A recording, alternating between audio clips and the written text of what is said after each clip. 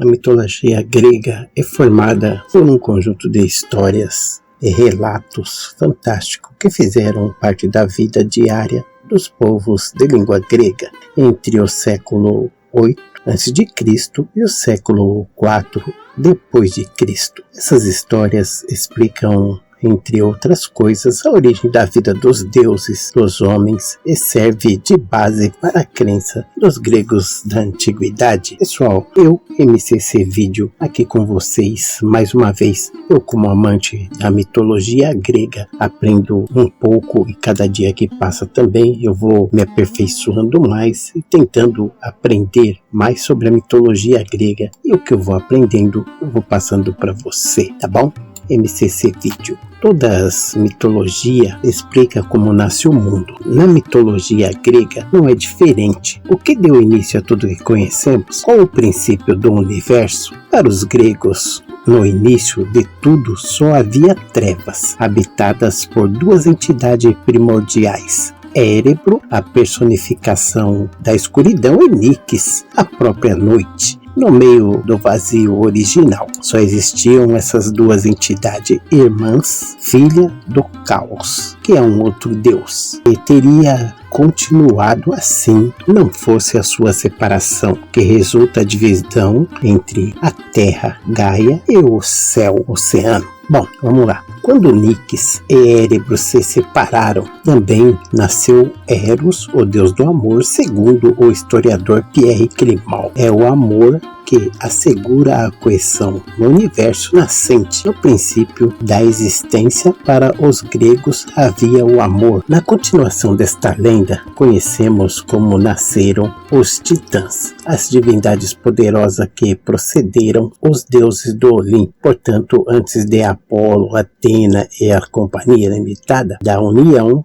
entre Gaia e Urano surgiram 12 criaturas elementares: Temis, Febe, Tétis, Mnemosyna, Theia e Rhea. Isso é o lado das meninas. E dos meninos, Crio, Eperião, Chapeto, Céus, Oceano e Cronos. Também surgiram do enlace da Terra com o céu criatura monstruosa como o Ciclope, que personificam o relâmpago, e os gigantes hecatônquiros. E vamos falar um pouquinho do mito de Cronos. Urano não gostava dos seus filhos e não queriam que eles saíssem da Terra. Isso provocou a ira de Gaia, que convocou seus filhos e se rebelaram contra o pai. Só Cronos atendeu o chamado. Ou seja, Cronos, ele tinha um mito que falava que os filhos dele iam dominar ele, assim como ele dominou também, voltando lá na história, se você não sabe ainda, mas eu vou fazer um vídeo sobre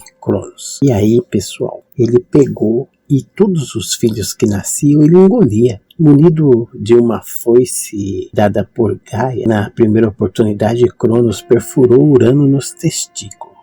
Mitologia grega, não esquece. De onde jorrou sangue que fecundou a terra. Assim nasceram os gigantes, as Eríneas, que também eram deusas da discórdia, e as ninfas Meliades. Algumas gotas de sangue caíram no mar, dando origem a Afrodite, deusa do amor e da beleza. Mas Cronos não cumpriu com sua palavra. Ele não liberou seus irmãos das profundezas da terra, ou Tártaro que seja, e passou a reinar sozinho. Devido a uma profecia de Gaia que dizia que o reino de Cronos terminaria pelas mãos de um dos seus filhos, sabe o que ele decidiu fazer? Comer todos eles. Sempre que a esposa de Crono, Rhea, dava à luz alguns filhos, o pai ia lá e devorava o recém-nascido.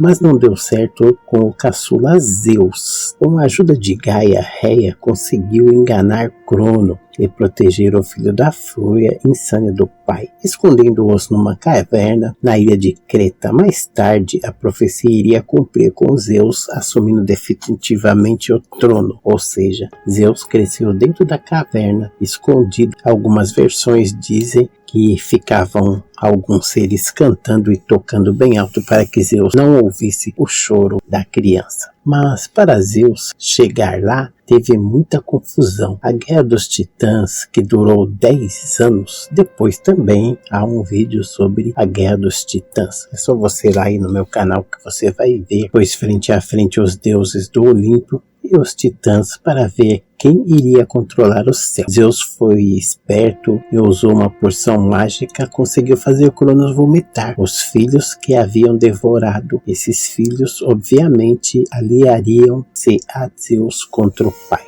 Ou seja, galera, assim que Zeus cresceu, ele quis conhecer o pai e ele foi. Só que ele foi lá no Monte Olimpo e quis trabalhar lá. E começou a trabalhar como copeiro, tudo para perceber, para ver como funcionava a situação, até ele chegar e dar uma poção para Cronos e Cronos beber e vomitar os irmãos dele, pessoal. Algumas guerras são decididas nos detalhes. E no caso da titanomaquia, a estratégia vencedora foi a iniciativa de Zeus de trazer à superfície as criaturas monstruosas presas na profundeza do Tártaro para engrossar suas fileiras. A guerra terminou com a vitória de Zeus, ou seja, pessoal, os hecatônquiros, que eram criaturas que faziam raios, enfim, deram raio para Zeus e Zeus conseguiu vencer, que se tornou o Deus Supremo, soberano do Olimpo. Os titãs, por sua vez, foram encarcerados no Tártaro. Pandora é a primeira mulher na mitologia grega.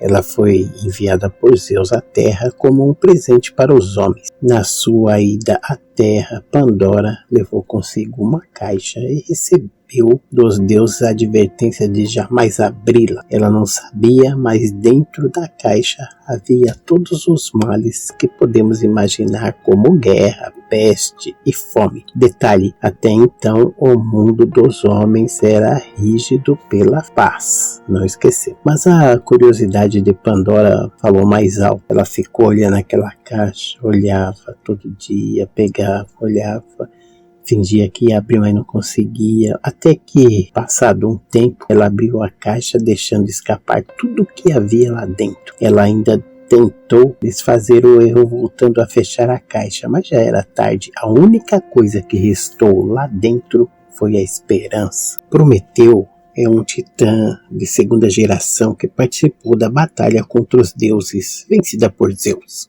E Prometeu roubou o fogo dos deuses e compartilhou com os homens.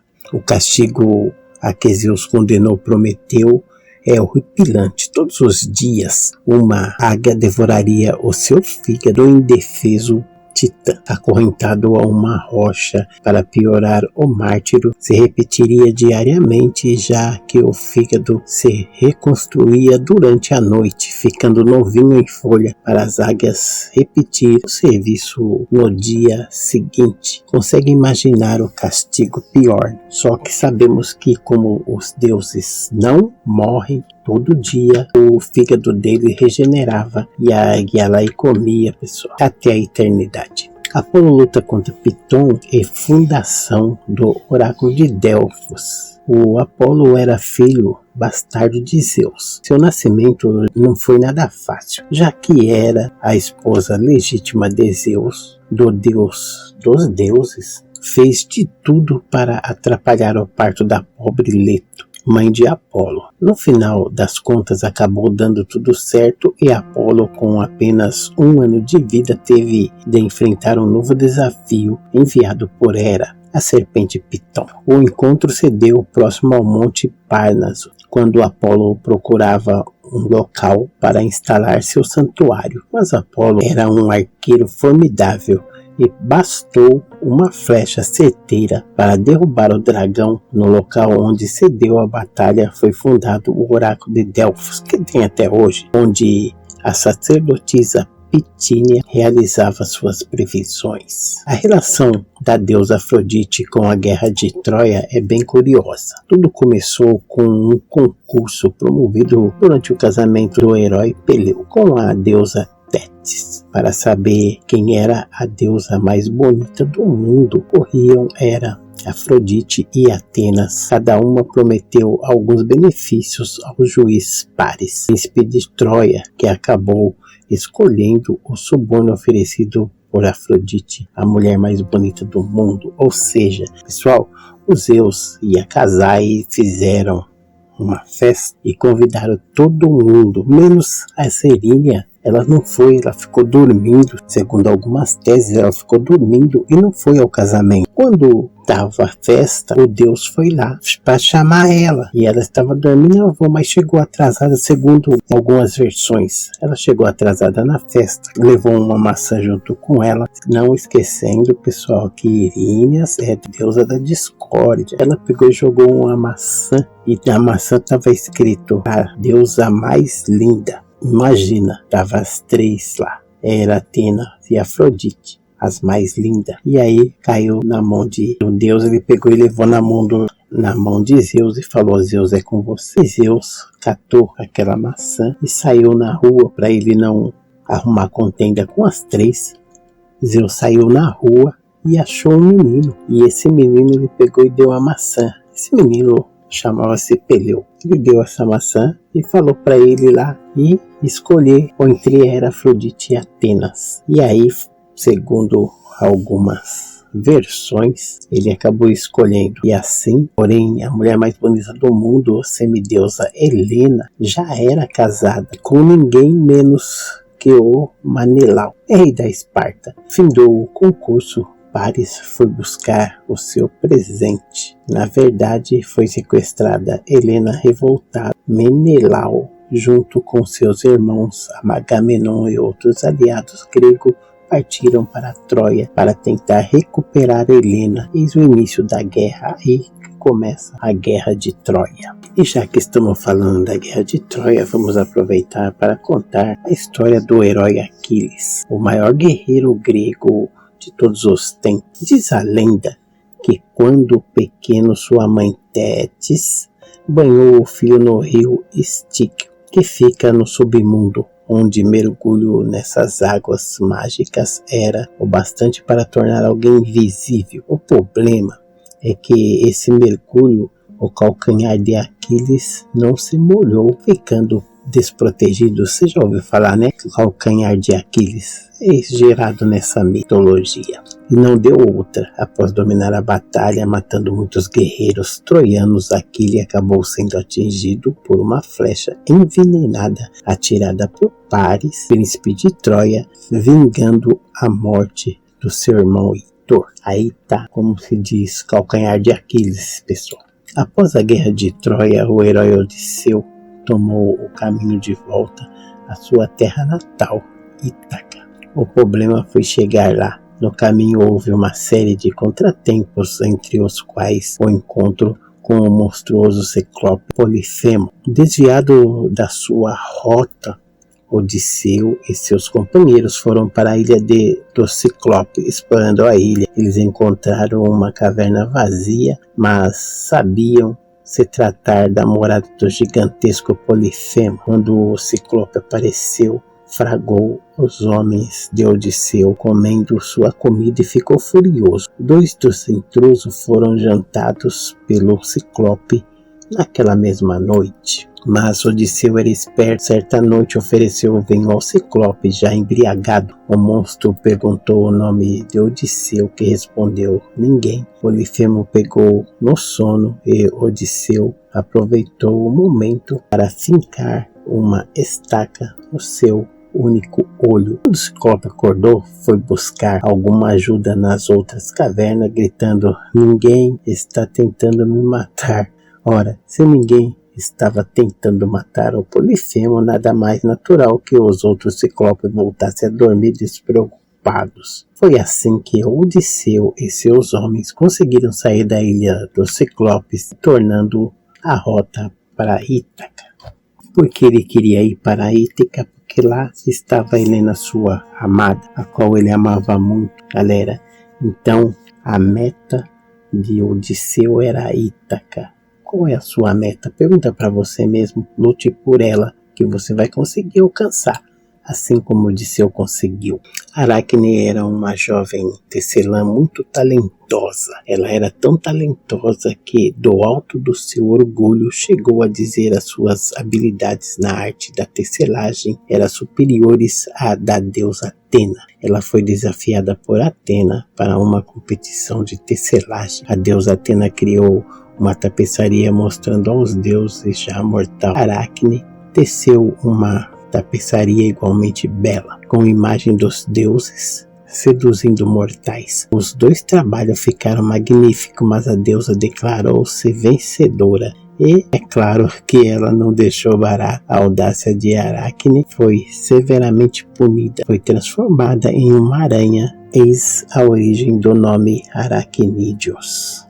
Existem muitos mitos na mitologia grega. Estou contando alguns para você, mas você pode também estar pesquisando e conseguir encontrar ele mais detalhado, porque senão o vídeo já está longo, vai ficar mais longo aí. Perséfone era cobiçada por Hades, deus do submundo. Lembramos, certo dia, quando a bela Perséfone lia flores, Hades raptou-a. Deméter, deusa da agricultura, a mãe de Perséfone, ficou desesperada. O desespero de Deméter resultou numa seca sem precedente. Com isso, Zeus, pai de Perséfone, enviou Hermes, que era o deus rápido, não esquecemos, ao submundo para convencer Hades a soltar sua filha. Olha, doutor Hades, cheguei aqui e vim a mandado de Zeus para que você solte a garota. Hades topou soltar Perséfone, mas sem antes pôr em execução um plano infalível. Ele pôs um caroço de romã na boca da jovem deusa, fazendo com que ela jamais se esquecesse do submundo. Assim, todo ano Perséfone voltava ao submundo para ficar com Hades.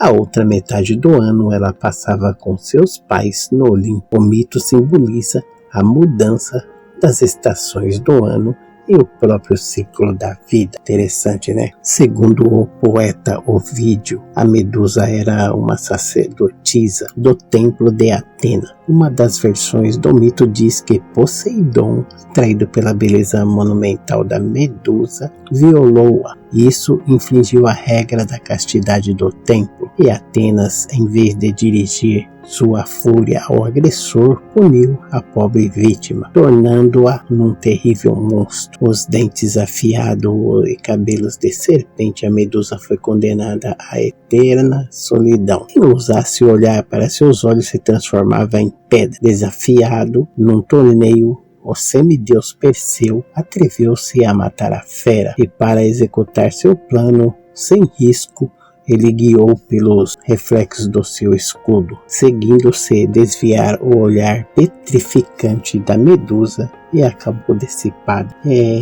Tem também um filme que passa sobre essa Medusa também. Isso é baseado nesse mito. O mito do rei Midas é um dos mitos muito interessantes, porque Midas era um rei com muitas riquezas, mas ele queria mais, avareza. Assim, na primeira oportunidade que teve, pediu ao deus Dionísio que ele devia um favor, a habilidade de transformar qualquer coisa em ouro. E foi assim que Midas ganhou o poder incrível de, com apenas um toque, transformar o mais simples objeto no mais precioso dos metais. Mas essa dádiva logo se transformou em maldição.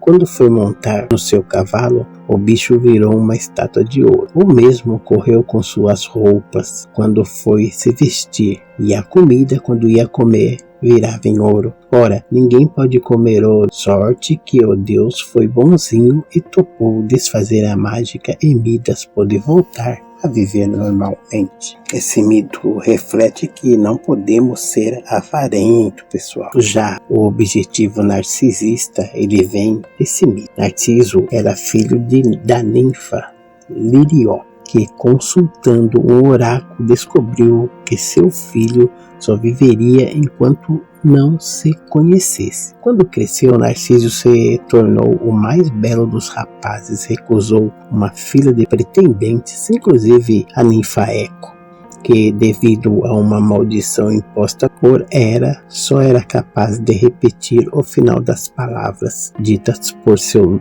interlocutor. Desdenhada, Eco se isolou, definhou e morreu. O jovem Narciso era tão belo, mas tão belo, que acabou apaixonando por sua própria imagem, refletida nas águas do rio. Quando ele ia andando, galera, ele pegou e olhou o rio, achou bonito aquele rio, e quando ele chegou perto, ele viu a imagem dele. Por não poder consumar seu amor, despertou-se, segundo conta o poeta Ovídio. Ele começou a esmurrar o próprio peito e se transformou em flor. Narciso foi punido por excesso de vaidade, obcecado pela ideia de enganar a morte. O rei de Coríntio, Sísifo, inclusive eu tenho um vídeo sobre ele também. É só você ir lá no canal que ele vai estar mais bem elaborado. Era bom você estar vendo também. Acabou tendo os mais terríveis dos destinos. Ele chegou a enganar a morte 2 vezes. Numa delas, o malandro conseguiu persuadir Hades e sua esposa Perséfone, que o deixaram voltar à vida. Sísifo só não escapou da terceira morte. É que dessa vez quem resolveu tomar atitude foi Zeus, que condenou Sísifo a um castigo eterno de empurrar uma enorme pedra para o topo de uma montanha localizada no submundo. O problema é que próximo ao topo a pedra sempre rolava para baixo e Sísifo tinha que retornar à tarefa desde o início, ou seja, Sísifo se fudeu. Já o Minotauro é fruto da relação entre Pasífae e um touro branco. O touro havia sido ofertado por Poseidon a Minos, rei da Creta e marido de Pasífae, com a condição de que fosse morto. Mas o touro era tão majestoso que Minos quis ficar com ele. Como punição, o deus dos mares fez com que a rainha se apaixonasse pelo touro. A maldição de Poseidon gerou o Minotauro, uma criatura com corpo de homem e cabeça e cauda de touro.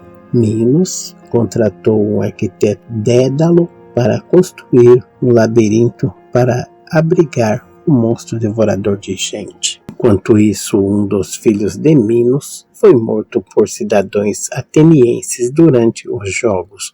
Para reparar a perda, Atenas concordou em enviar a cada 9 anos 7 rapazes e 7 donzelas para serem abandonados no labirinto e servirem de refeição ao Minotauro. O herói ateniense Teseu, que fez parte do terceiro tributo, foi a Creta, determinado a acabar com essa história sangrenta.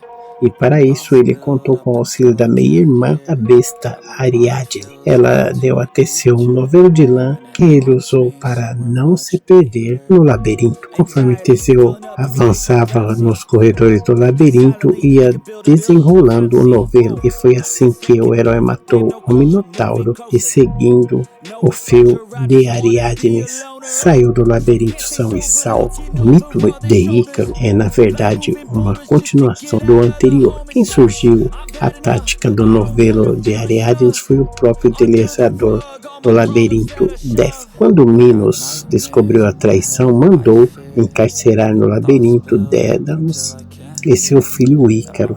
Mas Dédalo era um inventor nato e logo encontrou uma forma de sair dali. Usando apenas de pássaro e cera, ele construiu 2 pares de asas. Com elas, eles poderiam voar através da alta janela de um dos corredores do labirinto e fugiu da ilha de Creta. Porém, antes da fuga, o pai aconselhou o filho a não voar próximo ao sol. Ícaro não ouviu o conselho do pai, como sempre o filho não ouve o conselho do pai, e se aproximou do sol. A cera de suas asas derreteu, Ícaro caiu nas águas do mar e morreu afogado.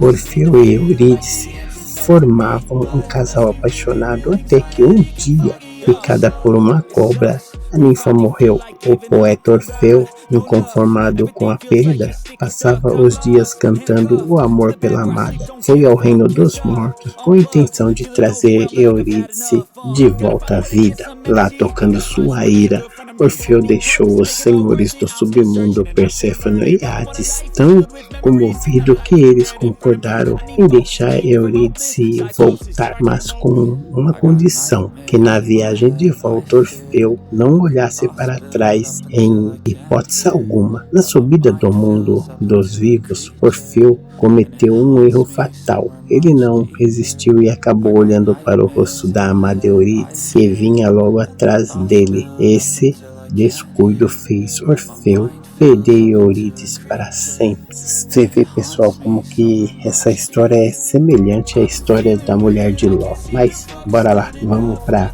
mais um. Faedonte vivia com uma pulga atrás da orelha. Será que Hélio, a personificação do sol, era mesmo seu pai? Para prová-lo, Hélio disse a Faetonte que lhe pedisse o que quisesse. Faetonte então pede algo que Hélio não estava esperando: guiar o carro do sol, responsável por carregar o fogo do céu. Apesar da advertência do pai, Faetonte insistiu em realizar o seu desejo. Pai, presta esse carro aí para mim dar uma volta. Ocorreu que Faetonte era um mero mortal, não sabia guiar os cavalos com firmeza. Houve um momento em que a carruagem desgovernada passou tão próximo da terra que as chamas queimaram montanhas, florestas e cidades, rios e lagos secaram.